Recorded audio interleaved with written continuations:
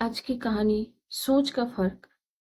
सास बहू का रिश्ता ऐसा रिश्ता होता है जो परायेपन से अपने तक की दूरी तय करता है। ऐसा हो इसके लिए जरूरी है बदला नजरिया। अतुल सालों बाद विदेश से लौटा था। एयरपोर्ट से सीधे अपने शहर की ट्रेन उसने पकड़ी थी। 4 सालों तक विदेश में रहने के बाद अब की बार उसे छुट्टी मिली थी शहर तक जाने के लिए। रात की ट्रेन ही उसे सबसे सुविधाजनक लगी थी। इसी अपार्टमेंट में खुद को सहज महसूस करने के बाद उसने यादों की फेहरिस्त को टटोला। शहर की कचौरियां, नमकीन, मिठाइयां उसे याद आई। मुंह में पानी आ गया। विदेशों में ऐसा स्वाद कहाँ था, बल्कि वहां तो यह व्यंजन देखने की को भी नसीब नहीं होते थे। भूले बिसरे अच्छे बुरे रिश्तेदार मित्र भी उसे याद आ रहे थे। बड़े दिनों बाद उनसे वह मिलेगा। सुबह जब ट्रेन स्टेशन पर पहुंचने लगी तो माँ का चेहरा उसे सबसे ज्यादा याद आने लगा। छोटा भाई स्टेशन पर लेने पहुंच गया था। दोनों के बीच रास्ते भर बातों का आदान प्रदान हुआ। घर पर माँ प्रतीक्षा कर रही थी। बड़े बेटे को देखकर आंखों की चमक चौगुनी हो गई। माँ ने उसके नहाने धोने के बाद आराम करने को कहा। अतुल थका हुआ भी था, सो जल्दी ही नींद आ गई। बच्चों के शोर से नींद खुली तो दोपहर हो चली थी। दोनों बच्चे बड़े प्यार से ताऊजी से मिले। थोड़ी बहुत चॉकलेट्स जो वो लाया था उनमें बांट दी। दोपहर के लंच के दौरान कई किस्से आदान प्रदान हुए। माँ के हाथ का ढोकला, मक्की के व्यंजन, आचार दोबारा चखने को मिला तो लगने लगा कि अपने देश में ही जिंदगी कितनी सुकूनदायी है। अपना देश, अपने लोग, अपना खाना पीना। विदेशों में तो दशहरा दिवाली भी अनुमति से मनानी पड़ती है। त्योहार का मजा ही नहीं रह जाता। वहां पैसा तो है, पर एक अजीब सा खालीपन है। हालांकि वहां पर काम करने की जिद भी उसी ने की थी।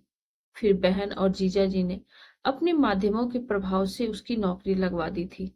पर काम का दबाव बहुत था और आराम, सुरक्षा तथा दायित्व तो बिल्कुल नहीं। पैसों में विदेशों में 2 पैसा कमा के वहां के लग्जरी लाइफ स्टाइल से भले ही आप पड़ोसियों को प्रभावित कर लें, पर मन ही मन तो उस तोते की तरह महसूस करते हैं जो पिंजरे में महंगा खाना खाता है लेकिन उड़ नहीं सकता। 10-15 दिन तो पंख लगा के उड़ गए। बच्चों के साथ वॉकिंग पर जाना, रिश्तेदारों से मिलना, अपने पुराने सहकर्मियों से मुलाकात, कुछ कुछ लाइफ इंश्योरेंस के काम। भाई का घर और उसका घर एक ही वृक्षखंड में थे। पत्नी की कभी मां से बनी नहीं, या यूं कहे कि उसने भी आर्थिक लालच में बनाने की कोशिश नहीं की। सो माँ उसके पास कभी नहीं रही। वहीं अपने बीवी बच्चों समेत त्योहारों पर छोटे भाई के घर आ जाता था। माँ के कुछ चुटपुट खर्चों के अलावा समस्त खर्चे रिश्तेदारों से ही लेन देन सब छोटे के माथे थे। भाई की बीवी नौकरी पेशा थी, घर दफ्तर दोनों संभालती थी। कामकाजी होने के बावजूद भी उसने घर में सामंजस्य रखा हुआ था।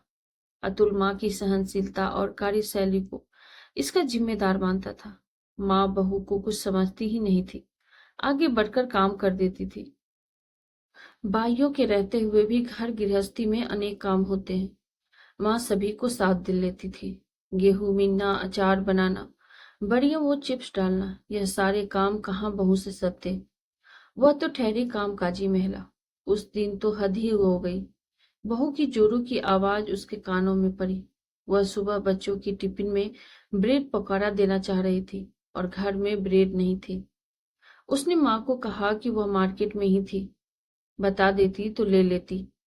इतना सुनना था कि अतुल को गुस्सा आ गया। इतना शोषण, बेचारी विधवा बेसहारा माँ का यह हश्र।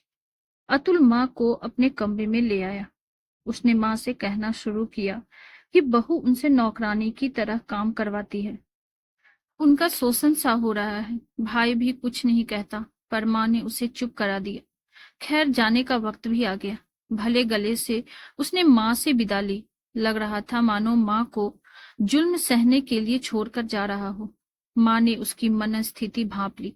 वो बोली कि वह उसकी चिंता न करे, वह छोटे बेटे के साथ खुश है।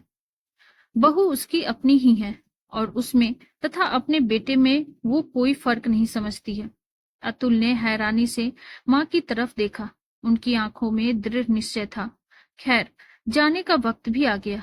भले गले से उसने माँ से विदा ली। कामकाजी होने के बावजूद बहू ने कभी भी स्वयं को घर से अलग नहीं समझा था। उनकी भावनाओं और जरूरतों का हमेशा ख्याल रखा और उसे माँ का दर्जा दिया। थोड़े बहुत झगड़े या मत वैभित तो हर घर में होते हैं। घर के काम तो वह स्वयं टाइम पास करने के लिए और फिट रहने के लिए खुद ही करती है। छोटी बहू ने स्वार्थ नहीं, हमेशा घर का हित देखा।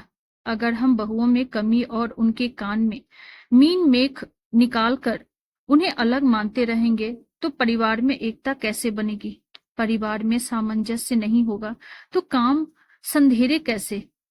बहू भी तो अपना घर छोड़कर ससुराल की हर रीत अपनाती है।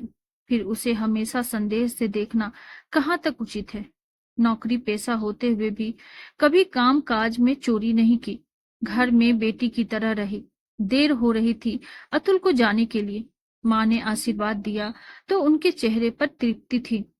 अतुल माँ के इस मॉडर्न दृष्टिकोण पर हैरान था। आपको हमारी ये कहानी कैसी लगी कमेंट बॉक्स में जरूर बताइए।